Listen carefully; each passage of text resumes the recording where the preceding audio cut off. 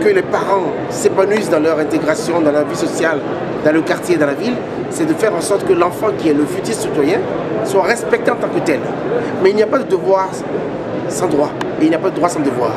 Et il appartient aussi à la communauté, à la société tout entière, à la communauté nationale, de soutenir les parents dans l'éducation de leur enfant. Mettre une fessée à un enfant, si ce n'est pas une habitude de tous les jours, c'est normal. Et ça, c'est le droit parental. Parce que qui mieux que le père ou la mère doit savoir ce qui est bon pour son enfant.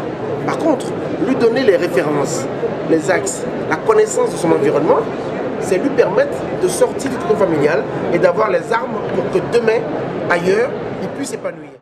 Les immigrés qui sont venus à l'époque, ils étaient derrière leurs enfants, c'est pour ça qu'ils ont réussi. Mais je vois quelques années, il y avait trop de laisser aller. Je ne sais pas, parce que les parents ne comprenaient pas. Cette idée comme le pays, tu vois. En arrivant ici, son gamin il est parti à classe de neige, il a raconté n'importe quoi là-bas. Et là-bas, ils ont retourné. Ils ont dit non, c'est un papa qui frappe son fils parce qu'il est violent, il est comme ça.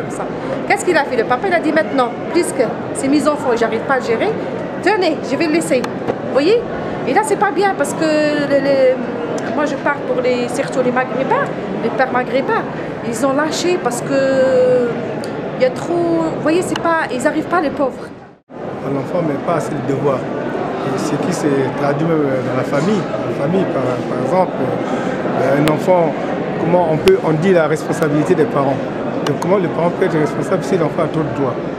Donc il faut équilibrer tout ça, de telle sorte que les parents, ils ont au moins le mot à dire. C'est vrai que certaines familles ne se retrouvent pas du tout par rapport à leur éducation en France, par rapport à leurs enfants. Soit ils ont peur de trop faire, soit ils ont peur de ne pas assez faire. Parce que les lois à leur arrivée, les lois qu'on leur a dictées n'ont pas été bien comprises, je pense. Donc certains parents, en tout cas africains, pensent que l'enfant est roi en France. Donc ils s'interdisent même de lui dire non, par exemple. Ils s'interdisent de faire pleurer l'enfant, alors que chez nous, en Afrique, ça ne se passe pas du tout comme ça. En Afrique, on éduque un enfant pour que demain, il puisse nous prendre en charge. Et c'est tout à fait le contraire qui est démontré en France. Donc là, je pense qu'il y a une grande réflexion à avoir avec leurs parents pour vraiment leur expliquer quels sont d'abord, eux, leurs devoirs envers leurs enfants et quels sont le droit des enfants. Parce que les enfants l'ont trop compris, mais les parents n'ont pas compris leurs devoirs.